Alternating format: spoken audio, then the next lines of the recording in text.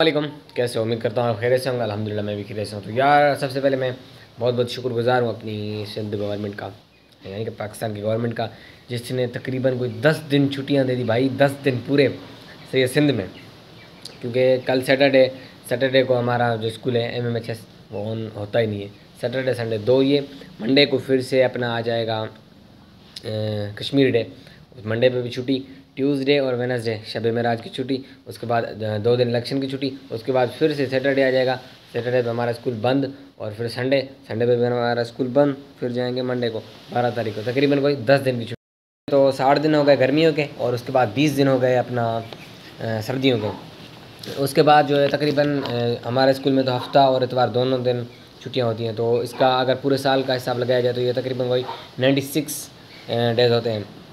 तो उसके बाद 10 और भी गवर्नमेंट की छुट्टियाँ हो जाती हैं, जैसे 14 अगस्त, 25 दिसंबर, कायदे आज़म डे वगैरह वगैरह वगैरह जो भी है 10 दिन। तो ये कुल मिला के जो बनते हैं, ये बनते हैं तकरीबन कोई 181 डे। ठीक है, 181 डे। तो 365 में से अगर ये माइनस करें 181 डे छुट्टियाँ एक साल में, यार ये कैसे पॉसिबल हो सकता है? लेकिन पाकिस्तान में पॉसिबल है। तो उसके बाद अल्लाह ही इसका बेड़ा पार करे। एंड इतनी छुट्टियाँ मेरे ख्याल से तो नहीं होनी चाहिए, क्योंकि हमारी जो एजुकेशन है वो हम थोड़ा पीछे हैं।